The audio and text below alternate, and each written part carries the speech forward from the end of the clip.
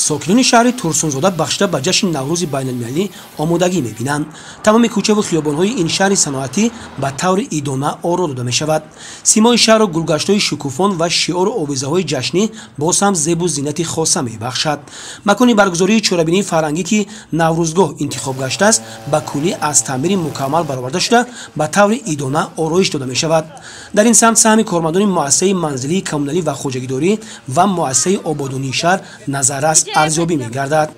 کارمندان شعبه منزل کمونالی خوجگیداری نزد مقامات اجرایی حاکمیت دولت شهر ترسونزاده از صبح صادق تا بیگاه روزی برای آباد زیبا گرداندن مرکز خود شهر و تامین حالت‌های سانیتری گیگینی و اکولوژی صدقاً کار و فعالیت نموده. برای آبادانی، برای کارهای کبریزاری، شناندن گل بوته‌ها یعنی گل‌های موسمی، گل‌های دائمی، برای پیشوازگیری جشن نوروز عجم تمامی قوای کاری خود پر سفربر کرده شده است. تجلیل با شکوه دستجمعانه نوروز همه ما را به آن هدایت می‌سازد که به خاطر باز هم آباد و زیبا گرداندن هر گوشه وطن بیشت آسایمان، نیرومند و پیشرفته ساختن دولت صاحب استقلالمان و از امروزه بهتر و آسوده‌تر نمودن زندگی مردم شریف کشور محبوبمان هرچی بیشتر زحمت کشیم و سرجم و متحد باشیم.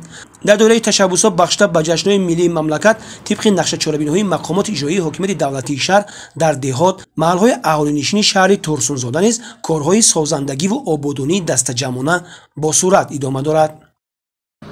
آمدن فصل بهار تیاری ما برای آبادانی دامو محله و قیمیچور و داموی بلندوشیانه آغاز کردیم کارا. همگی ما در همین آمدن بهار حاضر یک 200 تا ارچه شناندیم، 1000 تا قلمچه گل‌های صدبرگ. روزهای شنبه با ساکنان محله همه کسا دست جمعانه صبحانگی میگذرونیم، دامو را تازه میکنیم، جویبارا را تازه میکنیم. ساکنان با عزم قوی برای سبز و خرمگردانی تمام کوچه و خیابان‌ها و باغ و گلگشت‌های شهر در نزد خود وظیفه‌های مشخص گذاشتند. مخصوصاً در گلگشت‌های دور شهر طبق نقشه‌های ملی گل‌های رنگارنگ پرورش کرده می‌شود که بعد شکوفتن آنها منظره‌های جالب و زیبا را به میان می‌آورد.